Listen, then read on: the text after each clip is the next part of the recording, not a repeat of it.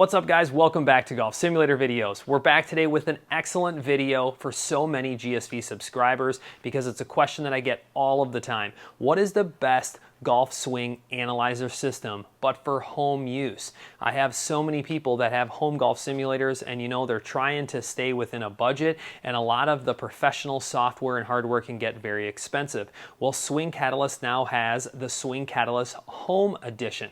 I've shown the Pro software connected to my GC Quad, which gives amazing advanced features, especially for coaches and instructing. But if you're just doing home use, you're looking for more of a budget-friendly setup, and that's what they've done, and that's what we're here to demonstrate for you today. But we're also going to show you a new product. Swing Catalyst now has their own private label camera, which I have here today, called the Fox. Now it's a USB 3.0 camera. They do have a network-based version as well. If your system can use that, that's excellent. But these are the USB 3.0 cameras. Let me go ahead and just throw them up on the screen now. I'll show you those cameras right now because you know they're a great small form factor, high quality. You're going to see that the specs on them are everything that you need. So it's a 1440 by 1080p resolution. It's global shutter, and it's also going to have up to 249 frames per second. All right, so good look at those cameras. It's also going to come with varifocal lenses, which makes it very easy to set up in different environments, such as mine. I mean, I have these cameras mounted just 7 feet behind the ball, and then I'm probably about 5 to 6 feet off of the ball here. I do have a 15-foot wide room. If I wanted to move that, closer or farther away, I could. But just to kind of give you an idea. But I have some really cool tips for you guys that I'm going to show you as we move on in the video. So make sure you stay tuned because I know a lot of people are getting into the higher end 4K DLP projectors, and the difference between DLP and 3LCD is that when you use these higher frame rate cameras and you get out of sync from the frames per second, you can get flickering. All right, a lot of you might have seen that. Well, I'm going to show you how this software has the capabilities of adjusting the settings to eliminate screen flicker on DLP projectors. So I'll show you how easy that is to do, and I'm going to show you how much quality you still get doing that as well. So before I move on, make sure you subscribe if you haven't yet, guys. I appreciate it. Like the video, comment below any questions you have, and most importantly, if you're looking to purchase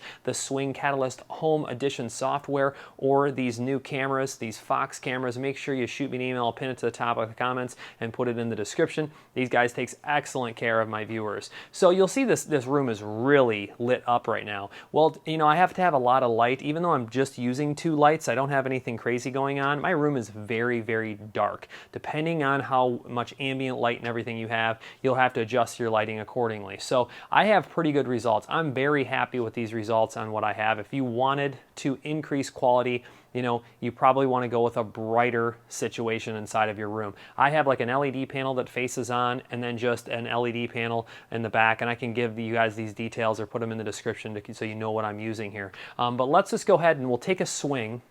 All right, and I have this set up today on purpose just to kind of show you guys why this home software is so awesome, because you don't need a specific launch monitor. Okay, so you could be using Garmin R10, you could be using FlightScope or SkyTrack, or not even a launch monitor for that matter, because they're actually using microphone activation. So I have a microphone set up. It will only activate from a crack of a ball, and they can actually adjust the sensitivity inside of the software. They have that adjustment available, which is fantastic. So it doesn't matter what launch monitor you have, you can just use microphone activation. That's very important to point out. So I'm using a FlightScope Mevo Plus. I just have an iPad hooked up just to take a demo shot really quick, and then we're going to look at the swing and talk about settings and all the features. So let's just go ahead and take a quick shot. All right, pretty decent shot down there. And now we'll go over and we'll do an analysis of that swing. You can see it buffering on screen already. So first thing first, let's just go ahead and take down that camera because we don't want to be blocking anything. All right. And then you'll see this recording is already buffered, and it's already going to show me a preview of the slow motion. I'm going to hit open recording. And so now I'm actually inside of that recording, and it looks like my layout. Let's make sure we have 2 cameras selected, single recording. There we go, perfect.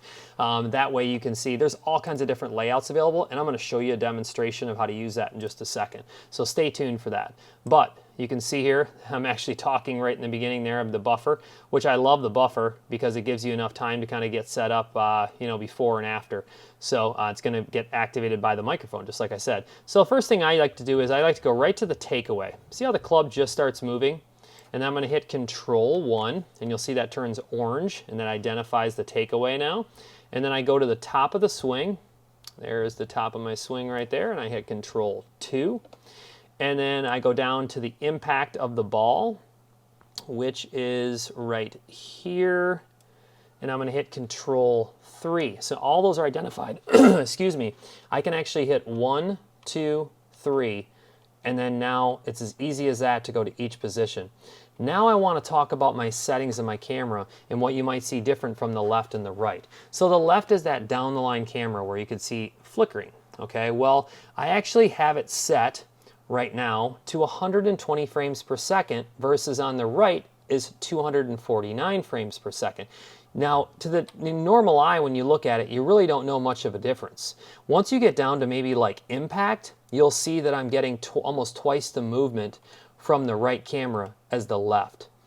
But if you're trying to eliminate screen flickering, the key is that you need to get it to that interval. So it's a 60 Hz refresh rate on a DLP. I'm going 120 frames per second, and it's going to eliminate that flickering.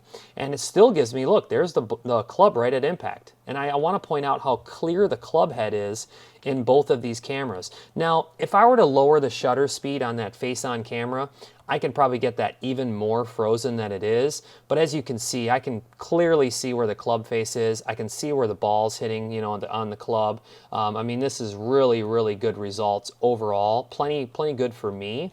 And if I wanted to, I could add some overhead lights shining down on the subject and the club, lowering the exposure, brightening the subject. And like I said, when you have an environment like mine that's very, very dark, everything is black, and then even I'm wearing black or dark clothes, it's going to make it a little more difficult to brighten that up.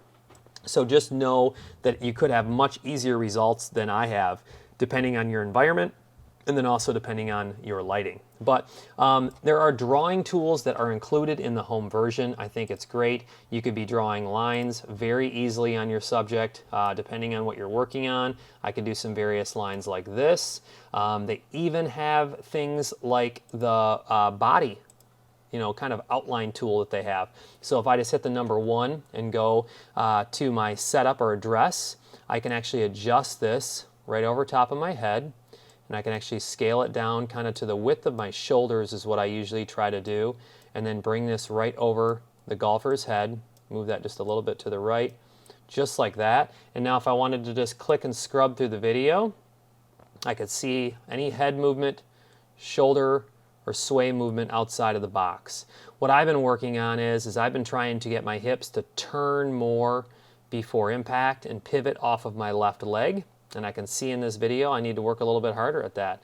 And that's why I just love being able to work with a coach, come home, and then I could even, you know, work on something that he just showed me and then review it with him later as well. I mean, there's just a lot of different things that you could do, and this home software makes it plenty powerful enough to do that. But they even have advanced tools. If I just clear this out, I'm just going to go ahead and clear all of my images. And let's say I wanted to go back kind of, let's just go ahead and hit number 2, right to the top. And let's say I wanted to draw an angle, all right, from the club down to my hands and then down to my shoulder. It will even calculate an angle for you. So if you're looking for a certain degree, you can do that. All kinds of different various tools, as you can see. You could point to something if you needed to. All right. They have regular just freehand drawing, circles, rectangles, all of that's right there. And then you can zoom and pan to the subject, and then zoom all the videos to fill the screen as well. So you can do different types of zooming options. Now, one thing that I really wanted to point out to you guys is the layout. So I could go in here and just do a compare, and I could do a 1 camera, all right, and I can select which camera I want. Let's go ahead and just select face on, and then I can go to my Explorer, and I could get a swing that I actually have of Henrik Stenson. All right, now this is a driver and I'm hitting an iron, but that's okay. So let's put this in A and him in B, okay? And I do need to change that to face on right. Okay, there we go. just flipped it back on me a little bit. But let's say that we wanted to see where he was at the top of the swing and where I am at the top of the swing. I'm going to unlink these at the top. That way I can change my, let's go ahead and just click viewport B, unlink it, there we go. See how I'm clicking those up at top? All right, now I can actually change his swing separate from mine, and I'm going to look at how he is at the top of his swing versus how I am. So I could look at where his shoulder is, where his head is, everything. And if I was driver versus driver, I mean, this is incredible. You can sync them up and drag them at the same time if you'd like. So you could sync the videos up and lock them together. All of that is available, and it's just so easy to do it. Now at the same time, if you notice up in the upper left here, there is tagging available, so I could actually go and select which club I'm hitting.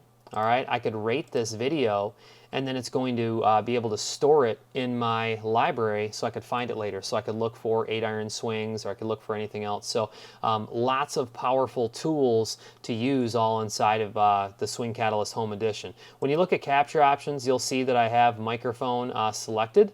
There are other types of capture options available for different launch monitors, so inquire depending on what you have. They do have different things available that can use launch monitor activation with different home software as well, depending on the launch monitor that you have. But like I said, I think that one of the most important things to point out for this Swing Catalyst home version that they offer is you don't even have to have a launch monitor, or you could have a very basic launch monitor, you know, that's just measuring club head speed, or you know, some basic device that you're using, and you could still use microphone activation. You could be working on your swing with full video analysis, you know, in the comfort of your home, garage, whatever it may be. So very powerful stuff coming in at a much lower price, something that I really wanted to show right away. And like I said, these new Fox cameras, I just really like the quality that I'm getting out of them, and plenty of features for me with the Home Edition. I'd love to know what you guys think. Make sure you comment below any questions that you have. You know, if you're using something, let me know what you're using and how it compares. And if you have any questions on that whole DLP settings setup for that adjustment of the frames per second, let me know. I think that's a huge thing to point out because it's a question that I get all of the time. You know, why is this flickering? And you know, depending on the software that you have, it might be locked to where you can't adjust that. So it's a benefit that you're going to get if you're using the Swing Catalyst software, that you can adjust the frames per second down to 120 from whatever capable, you know, frames per second your camera might be, and eliminate that flickering. So I hope you guys enjoyed this first look video at the Swing Catalyst Home Edition with their new Fox cameras. Stay tuned. There'll be a lot more videos coming soon.